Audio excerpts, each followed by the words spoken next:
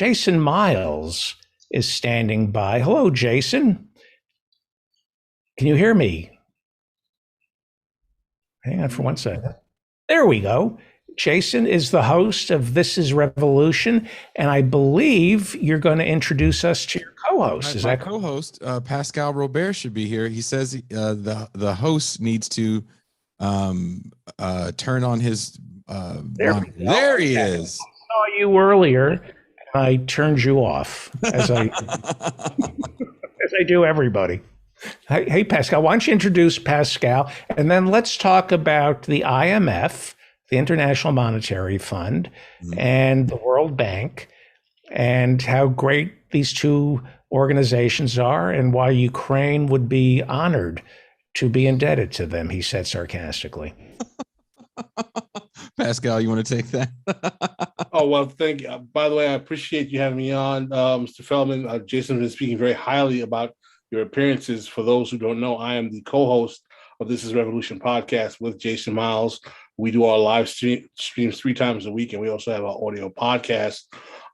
In terms of the IMF and the World Bank, to answer your question directly, I have kind of a personal animosity towards those institutions. For those who do not know, I'm originally of Haitian parentage. My parents are originally from Haiti, and anyone who does a cursory investigation of contemporary Haitian history can trace much of the economic spiraling downturn of the country to IMF stipulations that have been put on the country in terms of various kinds of oil price development schemes, as well as neoliberal privatization schemes that were suggested as well.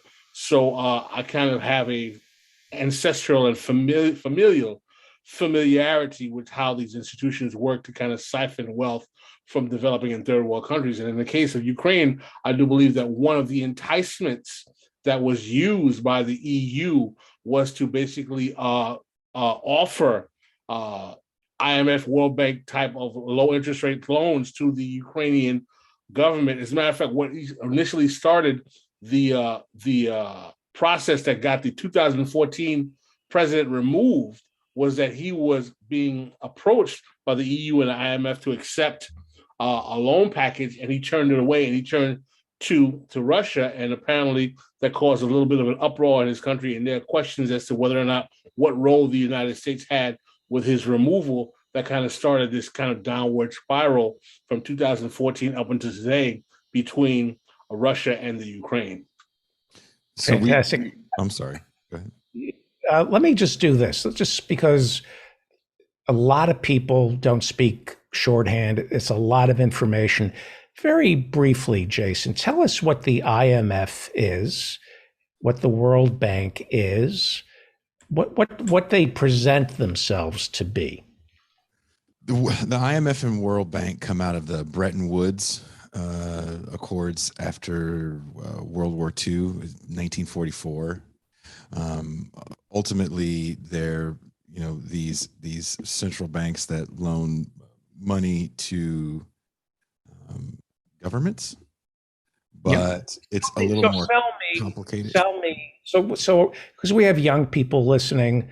Who am I kidding? I don't understand this stuff. I'm old. I don't understand. It's like simply put, Guatemala. Simply put, I mean, unfortunately, I think my co-host can put it a little more succinctly than me.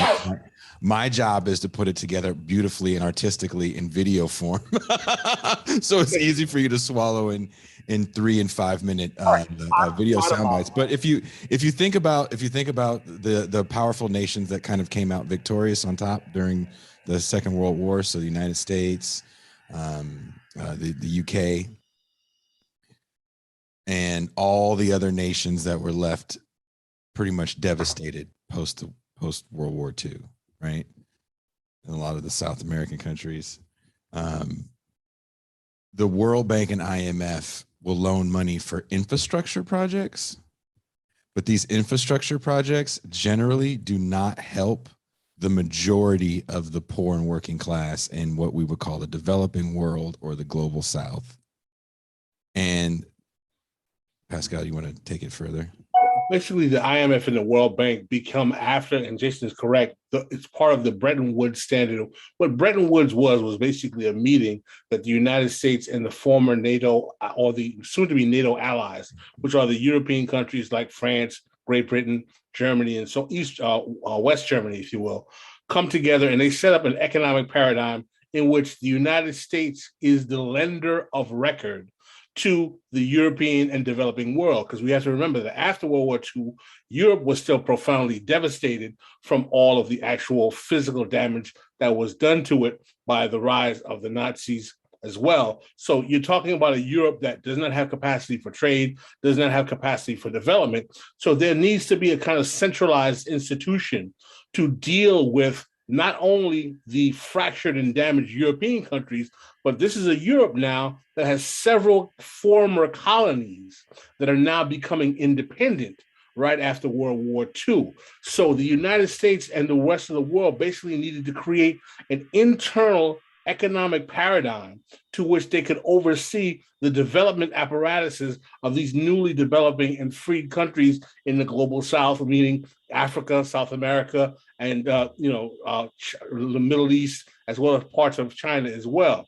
And also we have to realize that this happens in the context in which the appeal of the Soviet Union as a counter hegemon to the West and the NATO is quite enticing to the global South countries, because Soviet communism and socialism is seen as a kind of liberatory enticement from the normal practices of traditional Western imperialism. So we're also talking about around the same time as McCarthyism. When the Soviet Union fell, did the IMF and the World Bank then become more predatory?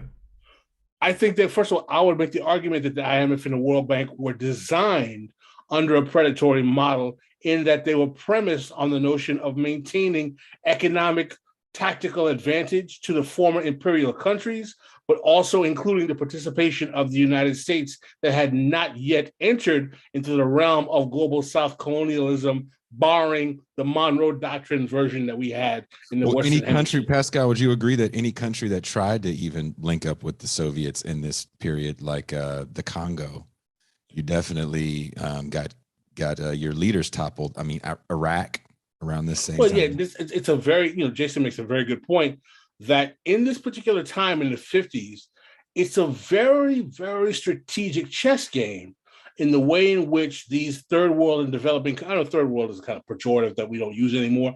In these global South countries, we have various actors who are basically trying to play the East against the West, right? For example, we have Gamal Abdel Nasser in Egypt, who is considered to some to have been a socialist, but he was not pivoting completely to the position of the Soviet Union, but he did take assistance from the Soviet Union, and he used his positionality between the Soviets and the West and Britain and the US to be able to get certain concessions like the Suez Canal, like the he nationalizes the Suez Canal as well. He nationalizes the Suez Canal and so on and so forth. So he is playing a kind of chess game between these countries. Don't forget, this is also the time we have the famous Bandung Conference. The Bandung Conference was a conference of what were called the non-aligned countries.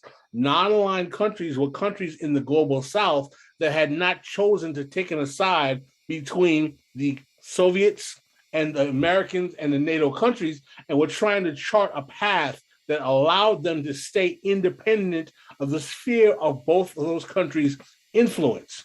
So I can speak in terms of my ancestral homeland in Haiti, the rise of Papa Doc, Francois Duvalier.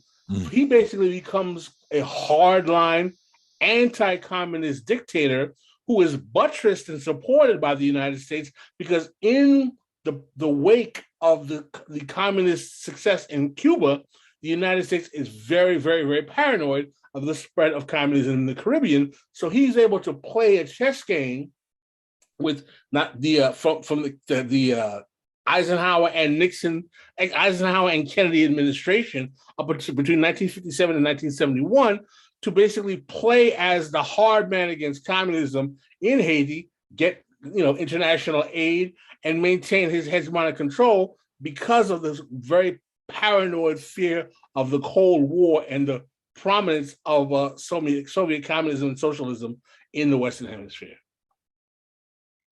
let's start from the presupposition that after World War II, America didn't want to be gangsters for capitalism, that they genuinely believe.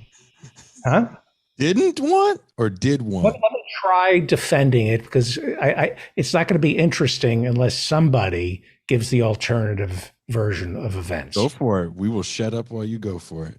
No, I would assume the bedtime story that most Americans tell themselves is, I don't understand how banking works, so I'll just trust the international money lenders. That's the first thing. But I would assume that if you're neoliberal, you say the world is a dangerous place, and that if we can create an international system of lending money, then it'll put an end to wars. And I'm sure the neoliberals would say, hey, I'm just trying to give you the other side. I don't agree with this. The other side will say something along the lines of the 21st century, as bad as it has been, climate change notwithstanding, it has been a less bloody century. It's trending towards a less bloody century. The Steven Pinker kind of portrayal of where we are now. I'll take you even further. So, okay, there's less bloody wars because now you've created a monetary system that now you have a global empire, right?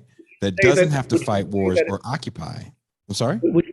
Would you say, and we don't know, but if these economic sanctions, which are cruel, and the wrong people suffer, but if NATO and the EU tighten the grip around Putin and he pulls out, and we're spared mass casualties, we already have them, but does that not speak to the international monetary system?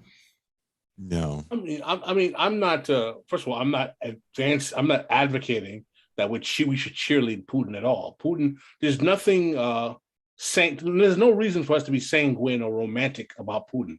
For those of us who are inclined to socialism or even communism, Putin is a hardline anti-socialist, hardline anti-communist. He hates the Soviet Union. He hates the icons of the Soviet Union, whether they be Lenin, Stalin, Trotsky, all of them. Yeah. Putin is a fanboy of the pre-Soviet Russian Republic. He's deeply religious in the Russian Orthodox Church, and he is profoundly motivated by a sense of Russian patriarchal old school nationalism that does not look fondly upon the history of the Soviet Union whatsoever. Right? There's nothing left about Vladimir Putin.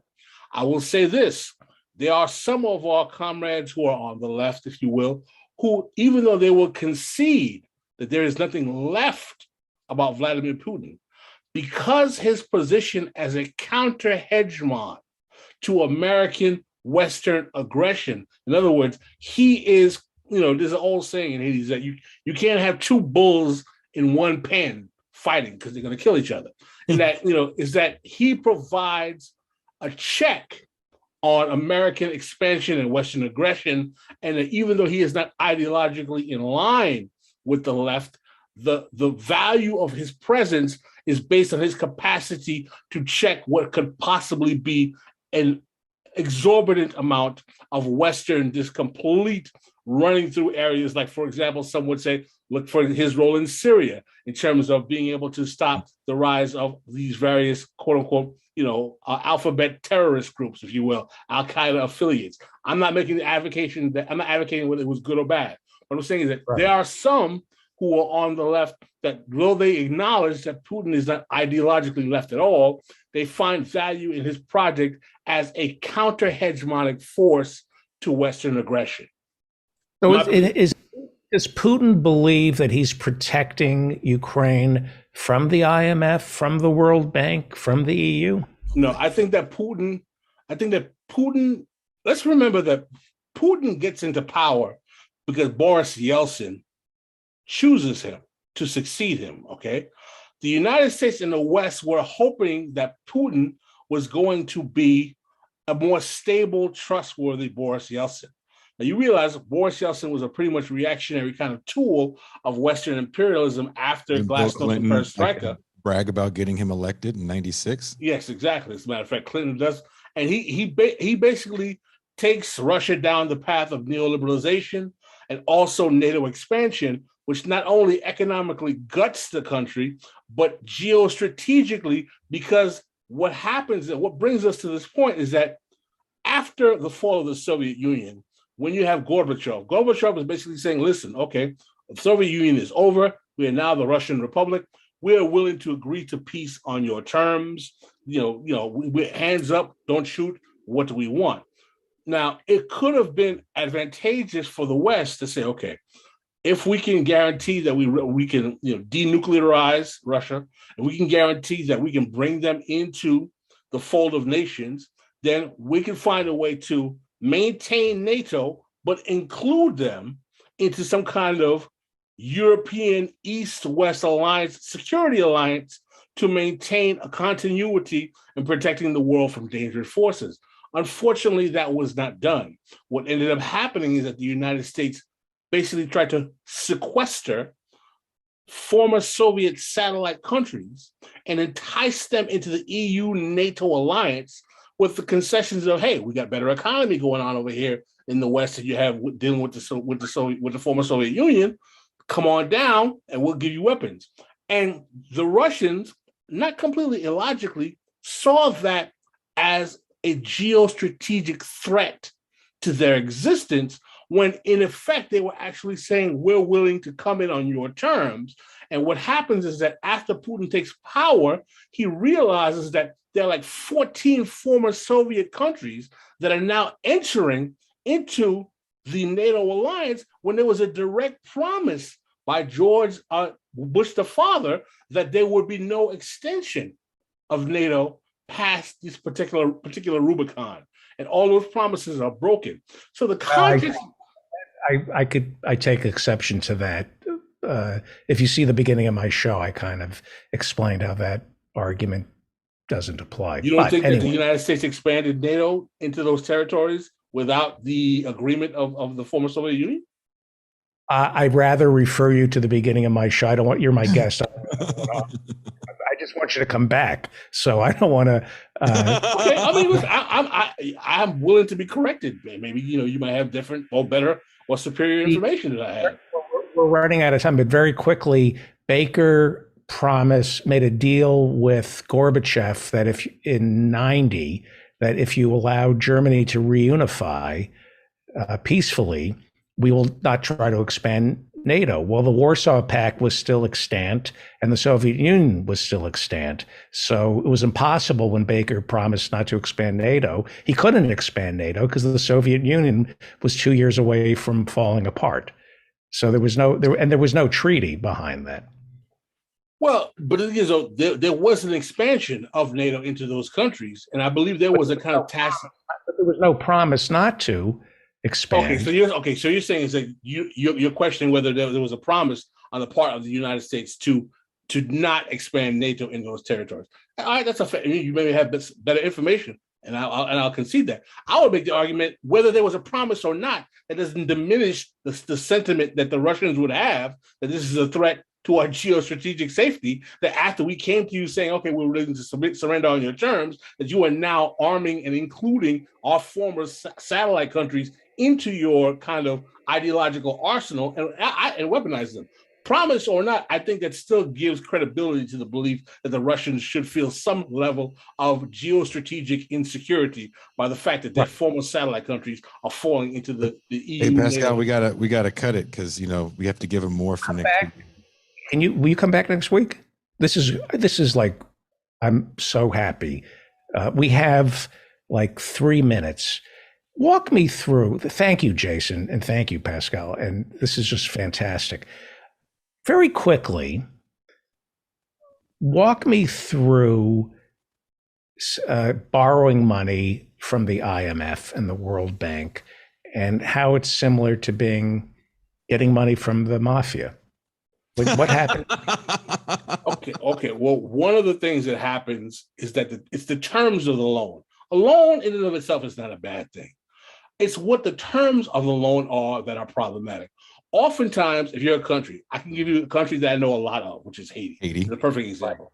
Haiti was a country that they had what you would call state assets. What does that mean? We have a state-run telecommunications company. We have a state-owned cement company. We have a state-owned, all of our ports are owned by the state, right? That means that they are property of the state. Using those state assets brings revenue to the state, and that's how the state government funds itself, all right? The coffers of the state start to diminish because there's not enough revenue coming from those properties. The IMF says, tell you what, we will cut you a loan at 7% interest rate. But the terms of this loan are that upon your inability to make payment XYZ, you have to use your state assets as collateral for our loan. So we want you to take your state telecommunications company, your state cement company, we want to take your ports, and they are going to be the collateral for this IMF loan. Because these loans are tend to be kind of parasitic in terms of their terms of repayment, and these countries are very poor, once they fall short on payment, what happens is that you have structural adjustment programs where the IMF starts to take and sell off the state assets of this country to either private sector actors, which is called neoliberalism, or holds them and governs them themselves through other acolytes of the IMF. And what you end up doing is you basically rob the state of its capacity to finance its own institution, which is a process called neoliberalism. This is what the university, I'm sure you guys have heard of the Chicago Boys. This is what the University of Chicago international actors used to advocate in the third and developing world. We gotta go. Okay. We have 1 minute left. I love this. I love this. And I would love you to come back next week and walk me through this, because what we do to Chile, what we do to Guatemala, we do to this country. We are going in, the banks, the same banks are going into cities and saying, instead of raising taxes, we'll give you $5 billion and take over your highways. Mm-hmm. And all of the government run, like you said, like telecommunications, roads, bridges. It gets pretty. It is a war on socialism. It is a war on the state. It is the lie that the free market can deliver goods better than the government can. And it is a belief that if you get rid of government, it really is a war on government and turning our lives over to bankers and corporate America. You get your water, your electricity, your roads, your health care, your postal service from corporations. That is the neoliberal plan, and that's what they do. The dams, the bridges are turned over to Bechtel, and next thing you know, is it Bogota where Bechtel tried to privatize the drinking water? It's kind of all through the Latin America. Where's Evo Morales from? I always have a block. Is it? Morales is from Bolivia. Bolivia. They Bechtel tried to privatize the rainwater. I mean, they really have no conscience. And they also have fiduciary responsibility to the population, because when your government owns this, the government has a fiduciary responsibility to the public because they're elected officials. Private corporation has no fiduciary responsibility to the citizenry of a country. Or to their shareholders, but that's a whole. We can get into a longer, next time we come back, we can get into a longer discussion about some of the governments they prop up as well. Same time next week? Yeah. Okay.